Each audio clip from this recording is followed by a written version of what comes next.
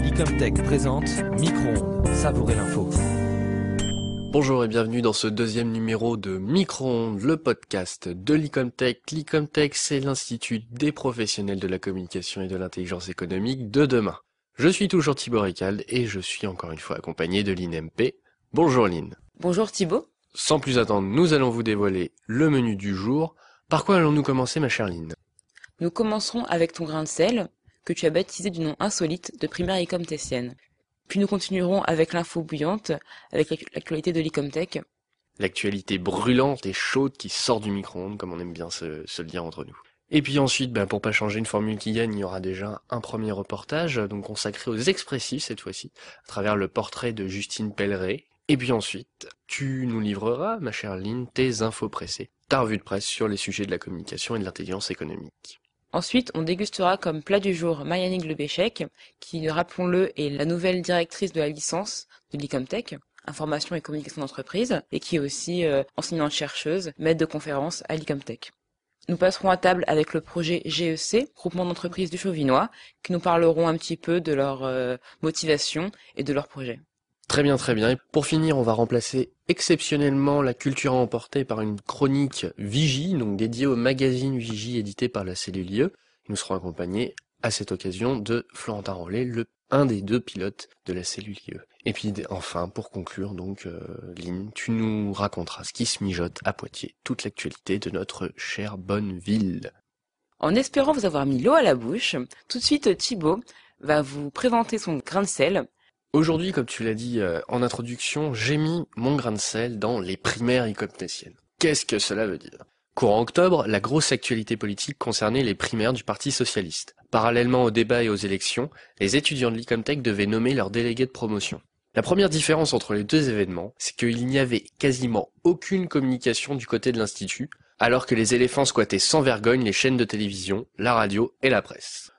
Du coup, aucun candidat affirmé, aucune campagne de préélection, une communication vide sur un événement pourtant retentissant dans une vie d'étudiant. Deuxième différence, la date de l'événement. Là où le parti à la rose avait prévu le coup des mois avant, les élections de délégués sont glissées rapidement dans la conversation et font l'objet d'un coup de feutre éphémère sur un tableau blanc pris au hasard.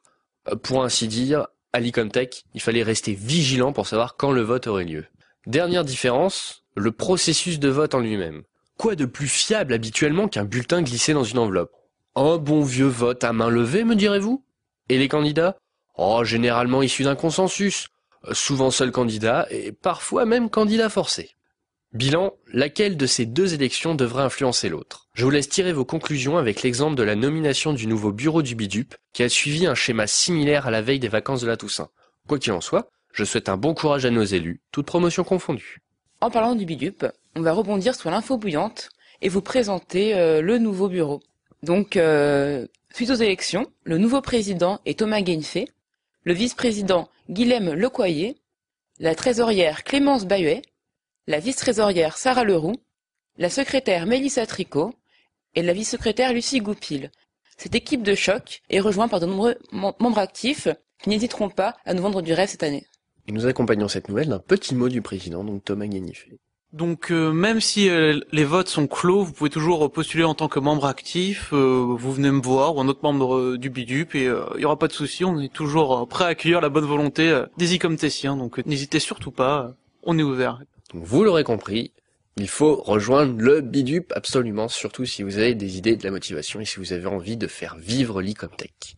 Tu viens de revenir sur le Bidup alors que nous en avions déjà parlé l'émission dernière à propos du week-end d'intégration. Là, à mon tour, je vais revenir sur Empreinte, même si on s'était mis à table avec. Donc je reviens vers eux parce que le 18 novembre, ils organisent une soirée court-métrage intitulée Empreinte court vers le 7e art, en partenariat avec les rencontres Henri Langlois. Et donc c'est une soirée qui se déroulera de 19h à 22h dans l'amphithéâtre de Licomtech, où environ 1 heure de court-métrage seront présentés, ponctués d'une pause gourmande.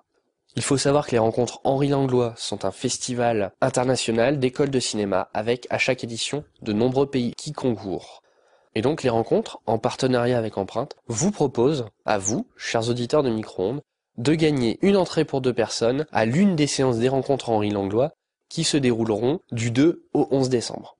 Ces séances se dérouleront au TAP Cinéma, au théâtre, place de l'Hôtel de Ville. Pour gagner cette place, rien de plus simple, il vous suffit de répondre à la question suivante par mail en envoyant votre réponse à webradio@icomtech.fr avec comme objet concours empreinte. La question est très simple. Quelle pâtisserie a été citée à 2 reprises par Monsieur Marcon lors de son interview de la dernière fois? À vos boîtes mail. On parlait projet interne, continuons avec la JEC cette fois-ci, c'est-à-dire la Junior Entreprise. Cette dernière organise demain, le 3 novembre, un retour d'expérience. À cette occasion, certains anciens de SMC et IE seront présents et un goûter accompagnera ces échanges. C'est la JE qui paye, profitez-en. Je reviens rapidement sur le feuilleton Minus, vous savez, ce petit poisson rouge du service communication de l'Icomtech, donc avait été kidnappé avant le week-end d'intégration, je vous rappelle. Là, c'est simplement pour vous dire qu'il a passé ses vacances chez Clément Labarre, et à l'heure où nous enregistrons, nous espérons qu'il a passé un bon séjour. Si vous vous rappelez bien, il y a 2 semaines, je vous ai expliqué que Minus avait été baladé aux expressifs, des photos avaient été prises de lui par son kidnappeur, BL, et ben ça tombe bien, puisque tout de suite, nous allons parler des expressifs.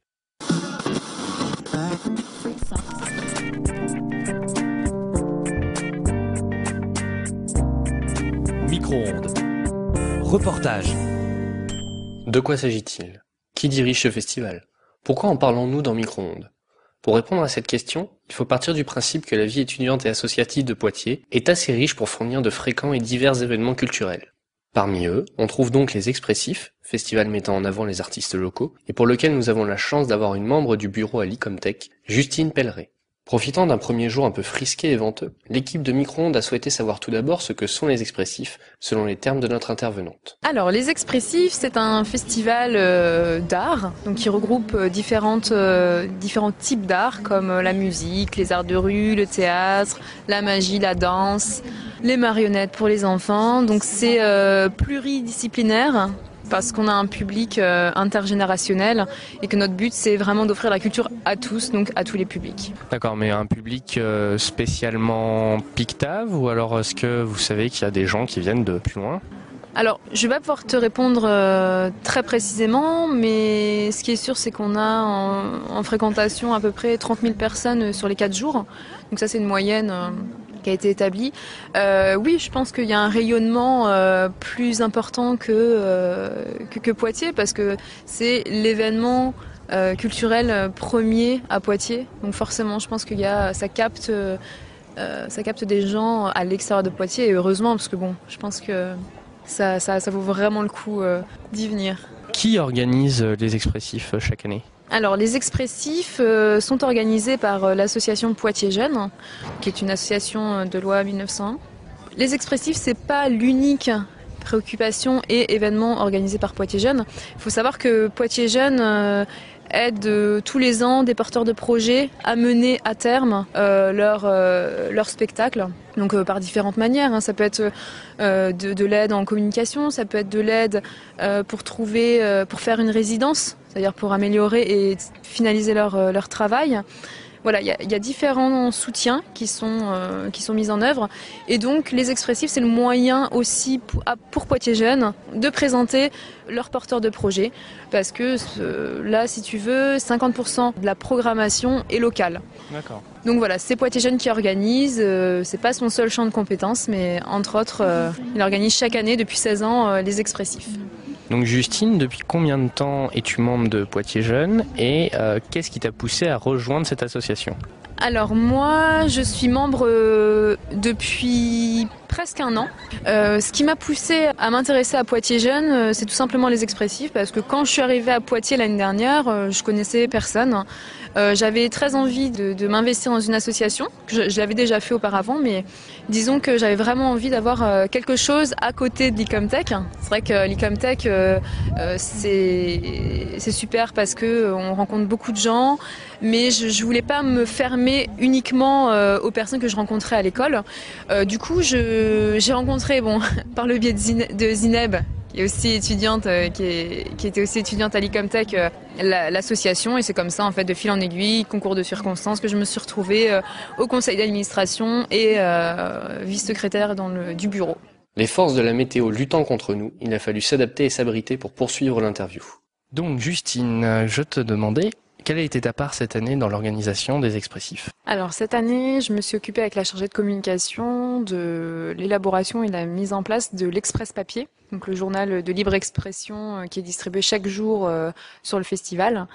Donc mon rôle, ça a été de coordonner en fait sa mise en place, de chercher des rédacteurs, de faire tout ce qui est signalétique, maquettage aussi. Donc voilà, cette année, contrairement à l'année dernière où j'étais uniquement bénévole, cafétéria, catering, voilà, je me suis occupée de cette tâche-là. Tu viens d'employer un mot là que je n'ai pas compris, catering. Ah, le catering, c'est l'endroit de restauration où tous les artistes et techniciens vont manger, donc les bénévoles aussi. Donc c'est là en fait où on fait de la beaucoup de cuisine pour nourrir tous les techniciens, les artistes et les bénévoles.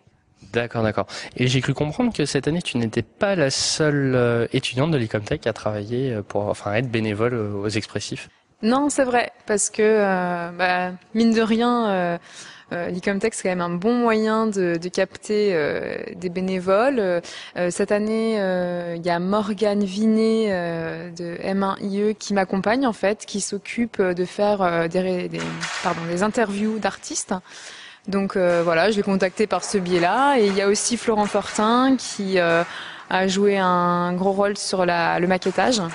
Donc voilà, on cherche des ressources utiles à l'Icomtech. L'an dernier, tu étais la chef de projet des Arts sans Mêle.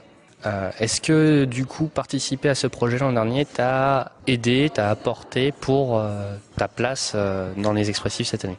Alors, c'est vrai que j'ai pas tout dit tout à l'heure, mais quand je me suis intéressée aux expressifs l'année dernière, c'était aussi le moyen pour moi de faire un lien entre les Arts sans Mêle et l'association Poitiers Jeunes. C'est-à-dire que quand tu mets en fait le pied dans l'un des deux, le monde associatif Poitevin, c'est vraiment une petite bulle. Donc de fil en aiguille, tu rencontres des gens qui ceci, cela. Donc c'était deux projets très complémentaires. Ça m'a vraiment permis de d'avoir un panorama général de la vie associative vie associative culturelle de Poitiers.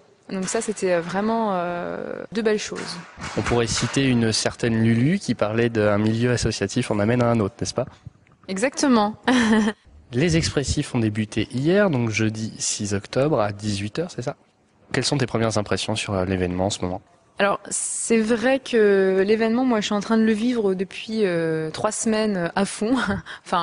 En bac, mais c'est vrai que j'ai pas eu le temps d'aller à l'inauguration parce qu'il fallait faire le bouclage du numéro 1. Donc je suis un peu déçue de ce côté-là, mais en tout cas là je retrouve vraiment l'atmosphère de l'univers du bénévolat, du contact avec les artistes. Enfin, je veux dire, il y a aucune frontière. C'est vraiment, je suis vraiment ravie que ça reprenne et j'attendais ça avec impatience.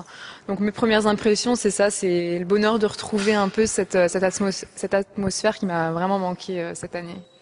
Une dizaine de jours plus tard, nous retrouvions Justine afin de connaître ses impressions sur l'événement. Alors moi, j'ai pensé que c'était une édition très réussie, autant sur les engagements que j'ai pris cette année, qui étaient ma foi beaucoup plus importants que l'année dernière.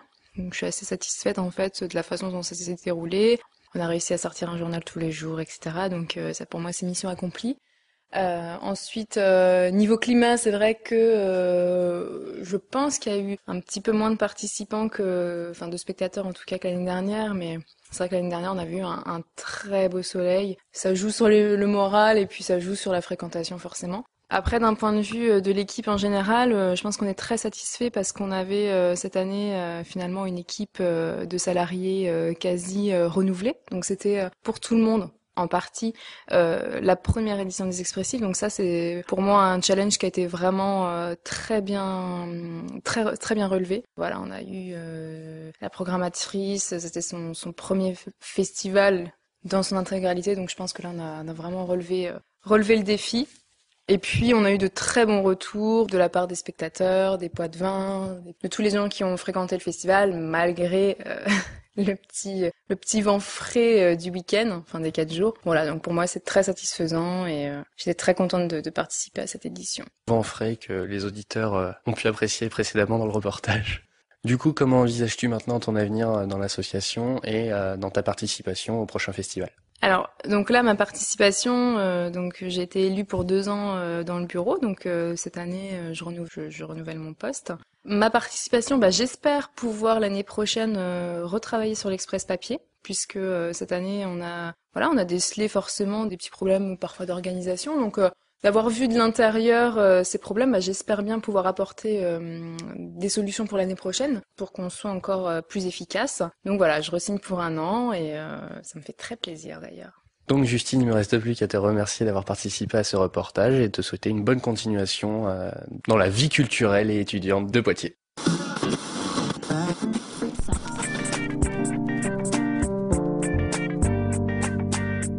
Et maintenant, retour à l'info sur Micro-ondes. Si vous avez loupé les expressifs cette année, ce n'est pas grave, ils seront de retour l'an prochain. Ils n'y manqueront pas et certainement vous non plus suite à ce reportage. Avant de passer à notre revue de presse communication intelligence économique, détendez-vous avec cette musique très douce. Il s'agit de Rock and Roll Hall of Fame de Pornophonic, tiré de l'album 8-Bit Like a Fire.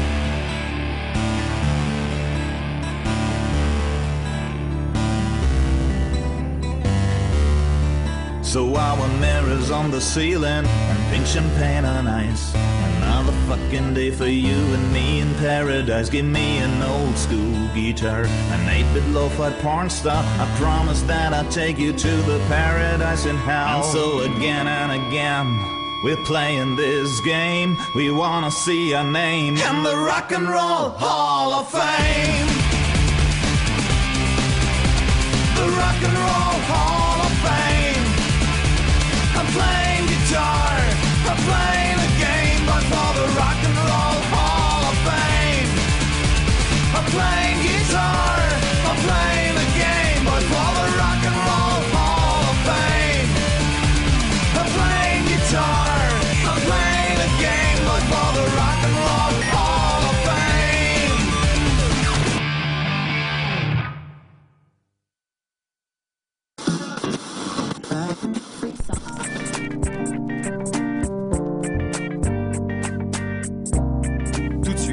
Retour à l'antenne sur Micro-ondes. Pressons-nous de connaître les dernières informations de la communication et de l'intelligence économique avec Lynn et ses infos pressées. Et on commence cette semaine, histoire d'instaurer une certaine alternance, par la communication et le magazine Stratégie, qui fête en ce moment ses 40 ans, qui nous parle de noms de domaine sur le web. Glycan, organisme chargé de réglementer les noms de domaine sur le web, autorise depuis le 20 juin les entreprises à employer leur marque en guise de nom de domaine. À partir de 2012, on pourra par exemple ouvrir des sites internet dont l'extension sera .renault ou .opel, au lieu des traditionnels .fr ou .com. Ces changements concernent également les collectivités, par exemple .paris. Du moins celles prêtes à dépenser la jolie somme de 130 000 € pour l'occasion. À quand un micro-ondes ? Eh ben, on a qu'à demander des sous.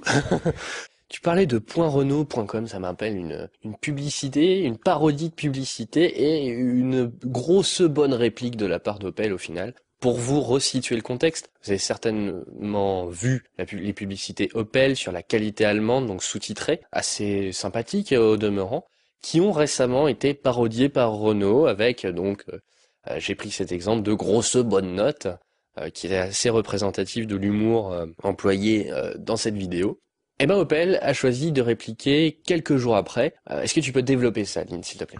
Suite à la publicité de Renault, quelques jours après dans la presse, sous un énorme « Attention », on a pu lire « Des imitations de publicité Opel se sont glissées ces derniers jours dans vos écrans. Ne vous y méprenez pas, Opel décline toute responsabilité quant à la qualité allemande des véhicules qui y sont présentés. Ils pourront toutefois être repris pour tout achat d'une authentique Opel neuve. Bravo pour la réactivité du groupe Opel. Chacun pourra en apprécier ou non l'humour. » Après cette drôle de guéguerre entre Opel et Renault, passons à une guerre beaucoup moins drôle, celle de l'information en Afghanistan. Voici une information qui intéressera les fans de diplomatie et géopolitique. L'Observatoire géostratégique de l'information, dirigé par François-Bernard Huyghe, intervenant à l'Icomtech, a publié une étude fort intéressante sur la guerre de l'information lors de la dernière guerre du Golfe. Ce document d'une dizaine de pages aborde différentes problématiques telles que le photojournalisme ou l'utilisation des réseaux sociaux durant la guerre d'Afghanistan. Cette étude s'intitule « 10 ans de guerre de l'information en Afghanistan ». Vous pouvez la télécharger sur www.huyghe.fr.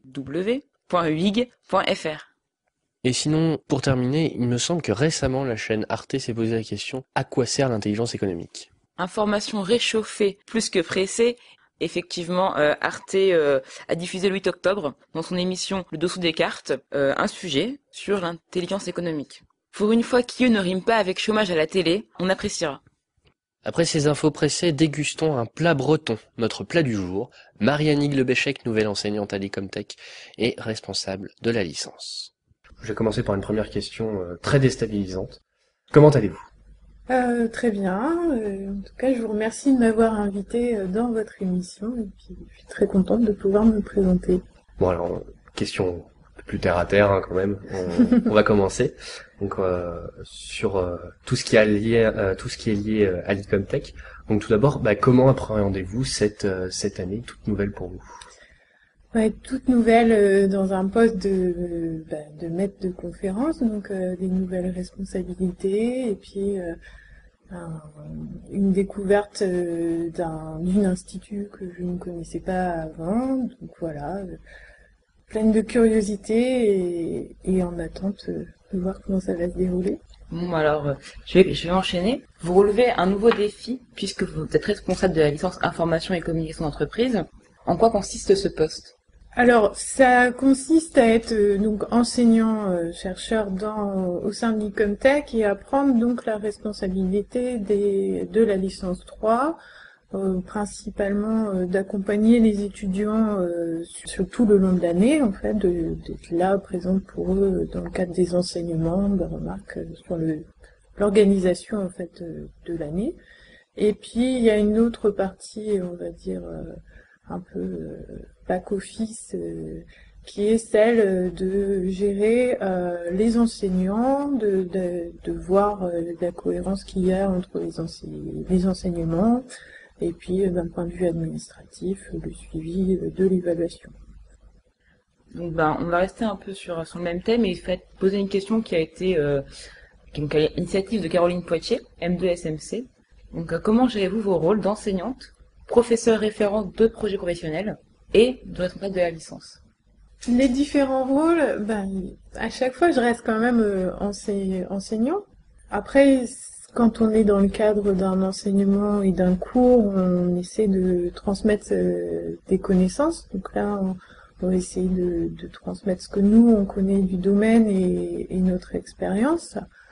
Quand on est en projet professionnel, là, ce qu'on cherche, c'est accompagner les étudiants. En même temps, on est là, qu'on voit, c'est votre autonomie en situation, votre gestion du projet. Et nous, on est plutôt là pour accompagner et répondre aux questions, à vos doutes et vous guider. La licence, c'est un peu différent. La licence, ça va être d'accompagner les étudiants tout au long de l'année, et notamment parce que la licence, c'est une année importante par rapport au choix du master. Donc, il y a un encadrement et un suivi par rapport au projet professionnel et au projet cursus universitaire. Maintenant, on va parler un peu de votre parcours avant d'arriver à l'Icomtech. Donc tout d'abord, depuis quand êtes-vous maître de conférence ? Eh ben, c'est tout récent. C'est depuis le 1er septembre 2011, donc j'ai eu mon premier poste à l'université de Poitiers. Et ensuite, est-ce que du coup, vous pouvez nous préciser votre parcours dans l'enseignement jusqu'ici ?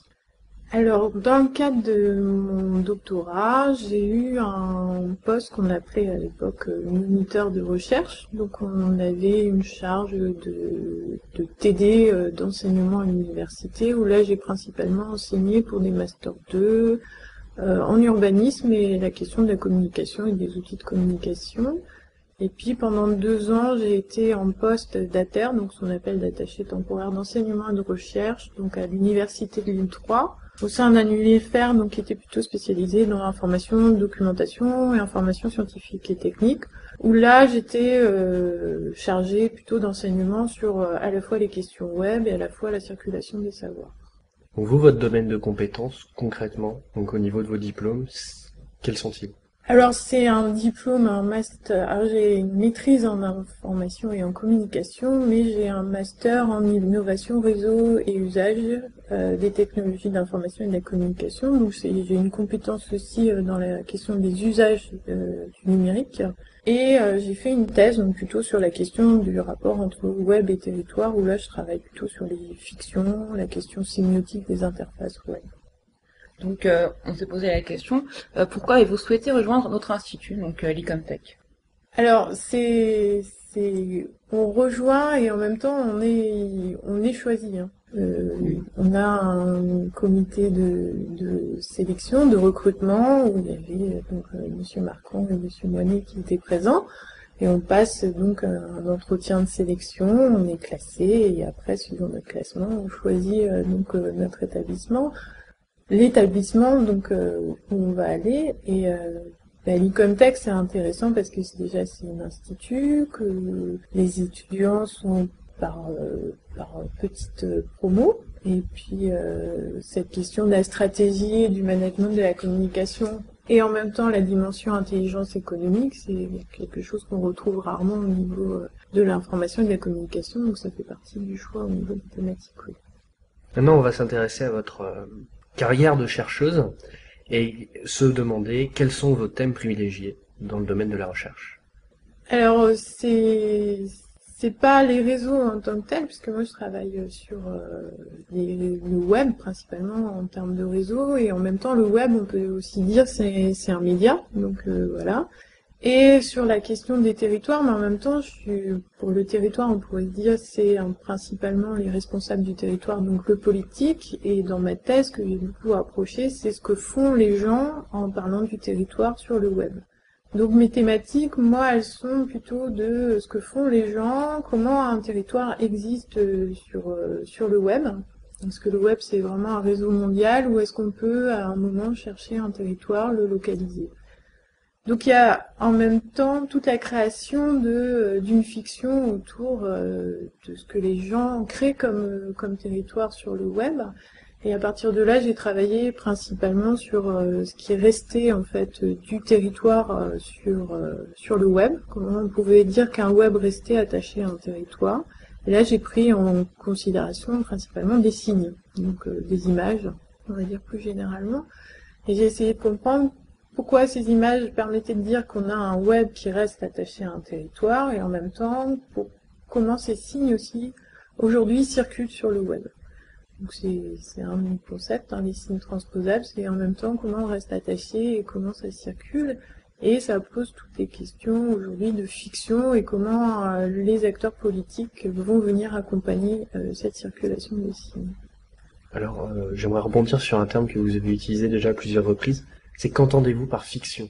Alors, fiction, oui, c'est un peu... Moi, je vois ça comme une histoire, simplement. Mais c'est un peu... faut prendre ça comme ça. J'utilise beaucoup aussi le terme communauté imaginée. C'est un auteur qui s'appelle Benedict Anderson. C'est comment les personnes vont créer, en fait, une fiction, ce qui permet de faire tenir ensemble, que ce soit pour un territoire ou même pour une institution, faire que ça existe pour les gens...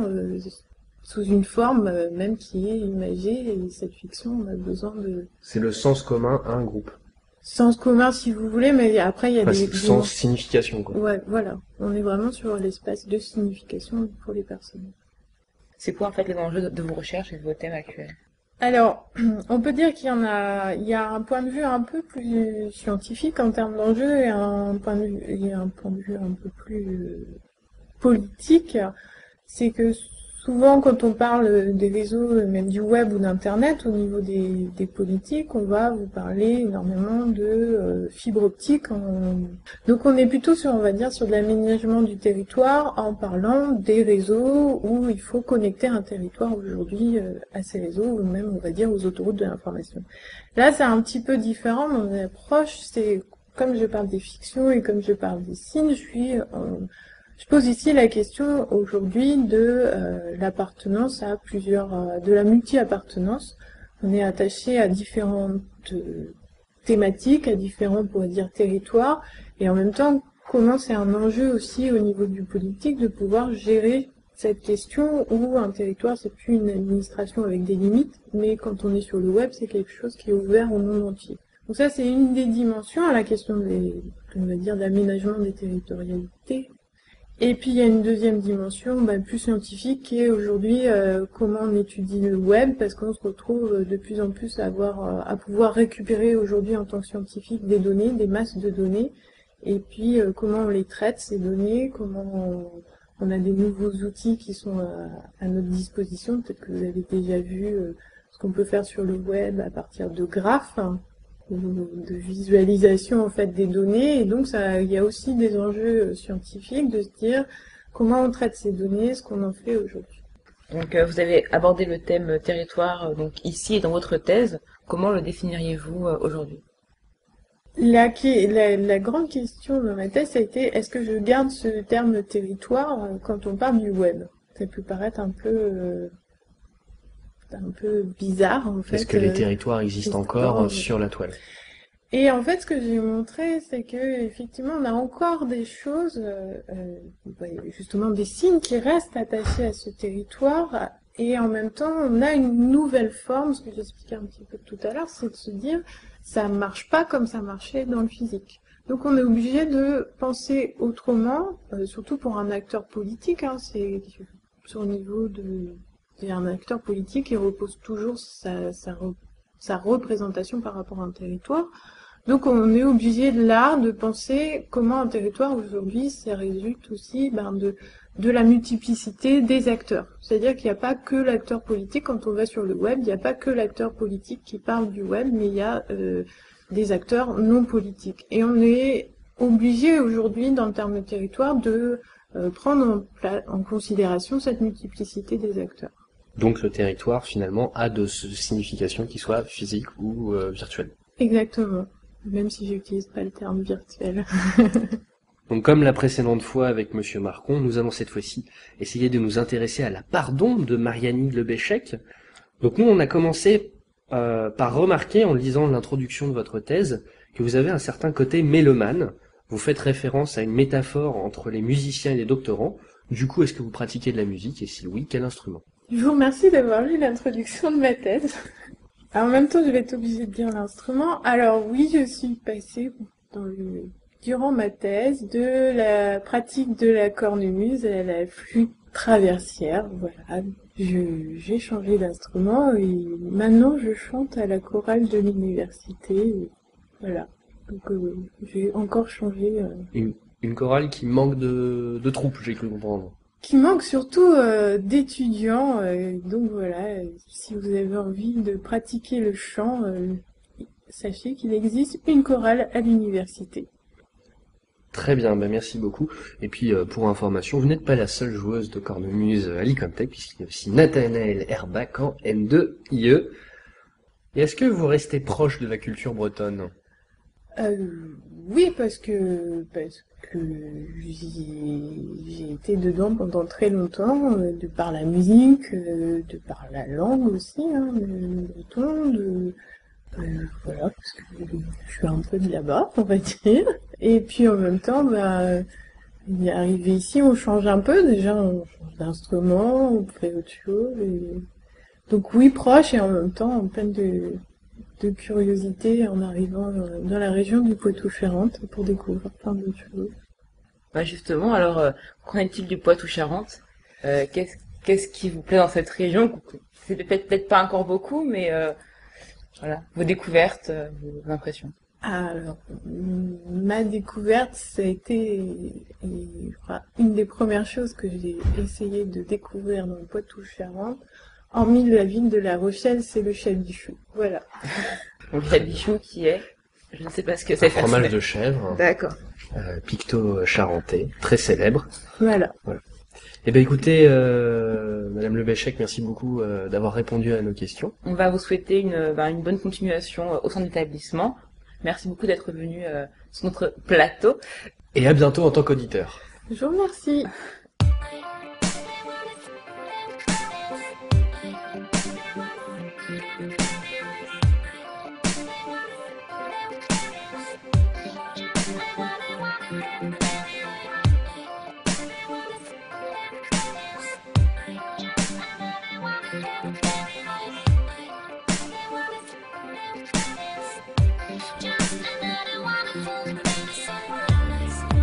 Down to me, makes me bleed.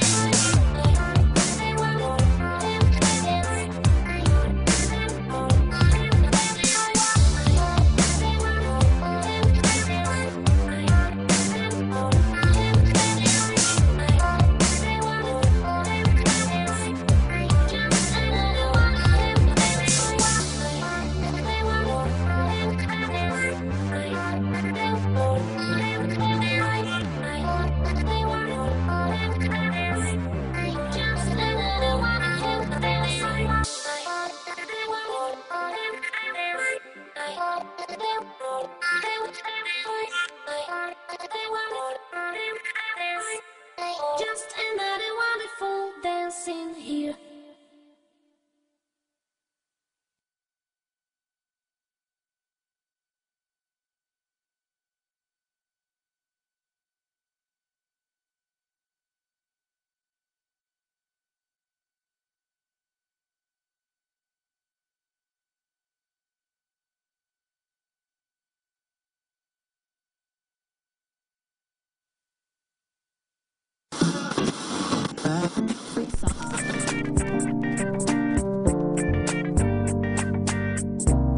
Tout de suite, retour à l'antenne sur Micro-ondes. La pause musicale précédente n'est pas une composition de Marie-Annie Lebéchec, il s'agit du titre Lights du groupe Claypex, tiré de l'album Loose Dirt. Vous l'aurez compris, à chaque émission nous allons tâcher de vous présenter un des projets professionnels. Pour cette fois-ci nous avons choisi le projet GEC, Groupement économique du Chauvinois, et ça s'écoute tout de suite.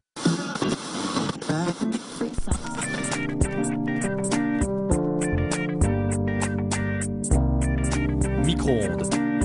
Reportage.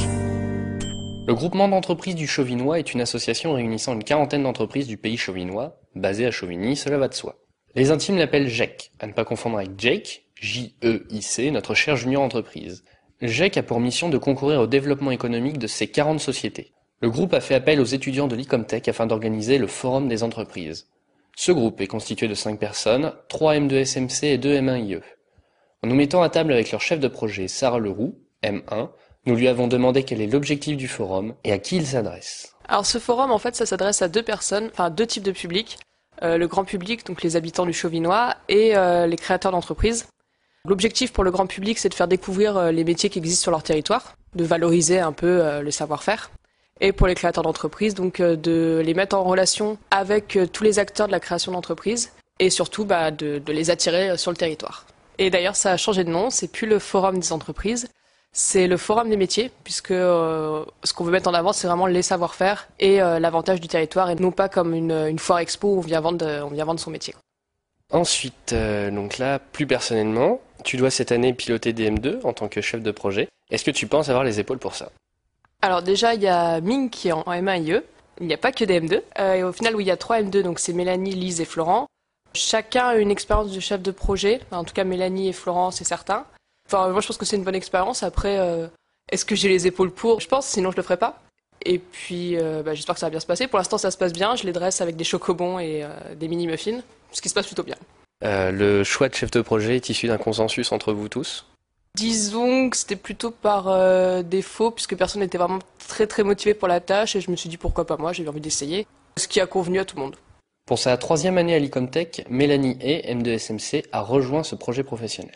Mélanie, cela fait 3 ans que tu es à l'Icomtech et tu as toujours fait des projets externes. Pourquoi? J'ai jusque-là toujours choisi de faire des projets externes par rapport au fait que j'aimais avoir des relations avec différents interlocuteurs à différents niveaux, ce que le service de com ne me permettait pas. La junior entreprise m'intéressait, mais après j'ai jugé plus pertinent de mener un projet de A à Z, comme c'était proposé dans le cadre des projets de l'Icomtech. En quoi ce projet sera différent des précédents pour toi? Eh bien, c'est mon premier événementiel de taille importante, on va dire, et d'autre part, le fait de travailler avec le secteur industriel et l'artisanat est toujours intéressant. Donc là encore, pour avoir des relations avec différents interlocuteurs et professionnels déjà dans le métier depuis un bon moment. Nouvel étudiant venu en France depuis la Chine dès le début de ses études supérieures, Ming Bian, M1 IECS, nous explique ce qui l'a attiré dans ce projet. Donc, premièrement, pour le futur carrière professionnelle, je voudrais bien travailler dans une entreprise franco-chinoise. Et donc, ce projet-là, pour moi, je peux obtenir un peu de connaissances sur l'entreprise française, comment fonctionner, comment ça marche. Et deuxièmement, surtout, il y a plein d'entreprises françaises qui empruntent en Chine. Donc, c'est déjà mieux pour moi. Je connais comment l'entreprise française organise un événement assez gros. L'an dernier, Florent Fortin et Lise Forest, en Master 2 SMC, faisaient tous les deux partie du projet Empreinte. Lise et Florent sont revenus avec nous en détail sur les missions du projet GEC. Donc nous, pour le moment, on va déjà faire la stratégie de communication du GEC, puisque avant de commencer de faire une stratégie pour l'organisation du forum, il faut déjà que le GEC soit connu à Chauvigny. Donc on va leur faire les relations de presse, tout leur support, charte graphique, logo, etc. Et par la suite, on va faire la communication du forum. Bon, en fait, du coup, on est 5 dans le projet et l'objectif, c'est de monter le forum. Donc, il y a beaucoup de choses à faire. Il y a démarcher les entreprises qui font partie du GEC, les motiver pour qu'ils ouvrent leurs portes pour les portes ouvertes qui auront lieu la veille du forum. Et vraiment les inciter à participer, à rentrer dans la démarche du GEC et dans cette démarche de cohabitation entre les différentes entreprises du pays du Chauvinois. Et personnellement, chacun, donc, qui fait quoi, en tout cas pour vous deux, puis si vous pouvez parler pour les autres, ça serait super. Alors on a Sarah Leroux qui est notre chef de projet, donc qui épaule un peu tous les rôles de chacun. On a Florent Fortin qui s'occupe de tout ce qui est graphisme, logo, charte graphique. On a Mélanie qui est plus sur la stratégie, donc qui est avec moi aussi un peu plus, et qui essaie de découvrir aussi les outils pour le graphisme. On a Ming qui est plus sur l'intelligence économique. Et moi-même, je suis plus sur la stratégie et les relations de presse. Le groupement d'entreprises du Chauvinois est un projet complet. Événementiel, graphisme, veille et benchmark. Une occasion de prouver l'excellence de nos étudiants dans ces domaines. Nous leur souhaitons bien évidemment une bonne chance pour l'organisation de ce forum.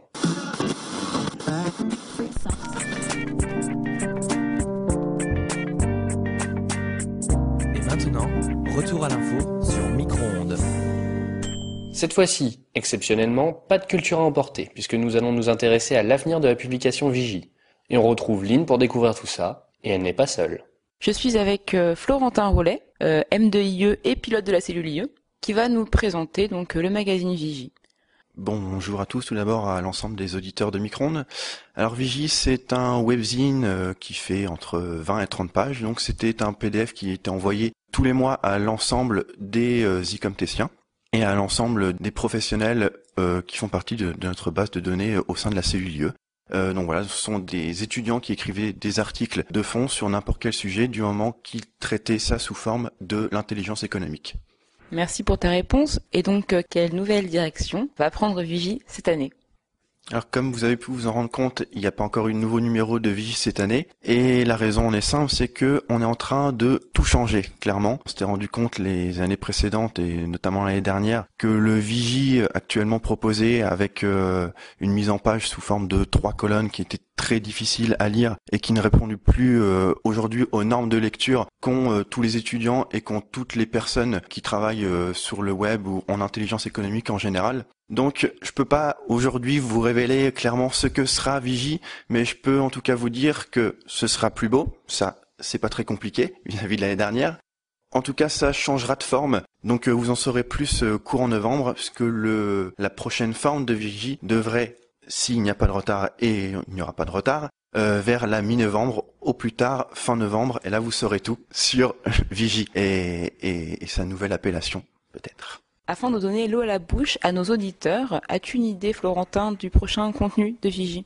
Alors c'est vrai que je vous ai parlé de la forme, mais bien sûr il y aura aussi des changements sur le fond. Donc on a déjà fait travailler les étudiants de la cellule sur plusieurs articles. Donc je vais pas tous vous les citer, mais on aura notamment un portrait de notre gendarme de la promotion, Jean-Michel Latière, donc qui explique un petit peu son parcours, donc qui est gendarme, qui travaille au sein du service intelligence économique, qui fait lui des diagnostics justement au sein des entreprises. Donc il va nous parler un peu plus de son métier et de les raisons qui l'a poussé à faire une validation d'acquis d'expérience en Master 2 intelligence économique.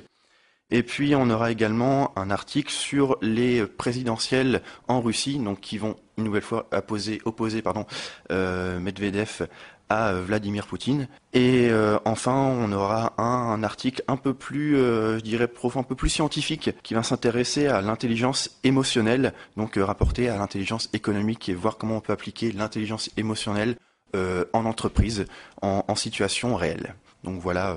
Merci Florentin pour ces informations. On sera au rendez-vous mi-novembre. Bonne continuation à la cellule IE. Merci beaucoup Lynn et merci beaucoup Florentin pour ces informations. On espère que le teasing passera et qu'on évite de nouvelles informations parce que c'est très intriguant tout ça. Et maintenant, place au dessert avec la rubrique Ceux qui se mijotent à Poitiers animée par Lynn.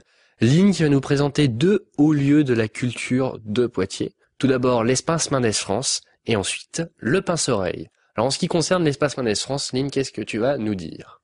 Ouvert 7 jours sur 7, l'espace Mendes France propose des expositions, des conférences, des animations, des formations et des spectacles. L'idée, proposer des événements ludiques autour des sciences. En novembre, par exemple, vous pourrez découvrir GIMP et Inkscape, deux logiciels libres disposant d'une large communauté d'utilisateurs. Le premier est destiné au traitement des photographies et l'autre à la création d'images vectorielles. Tous les passionnés de graphisme de l'Icomtech y trouveront leur bonheur.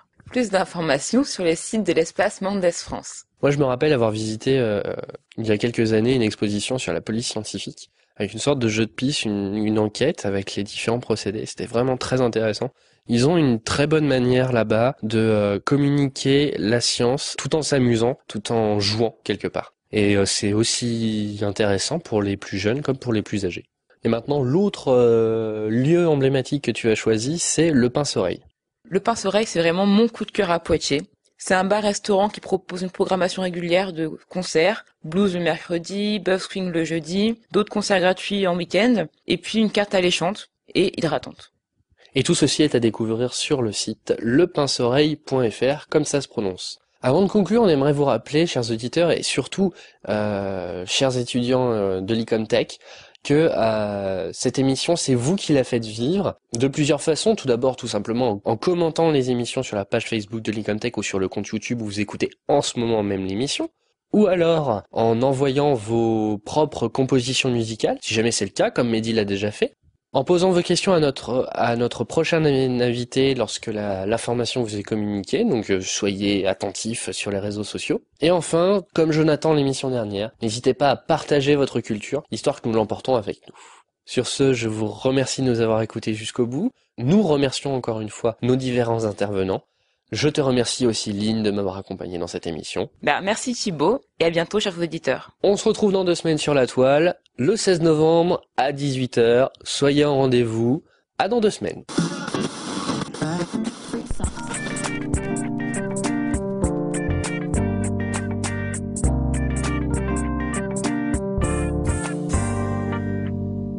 C'était Micro-ondes, savourer l'info. À bientôt.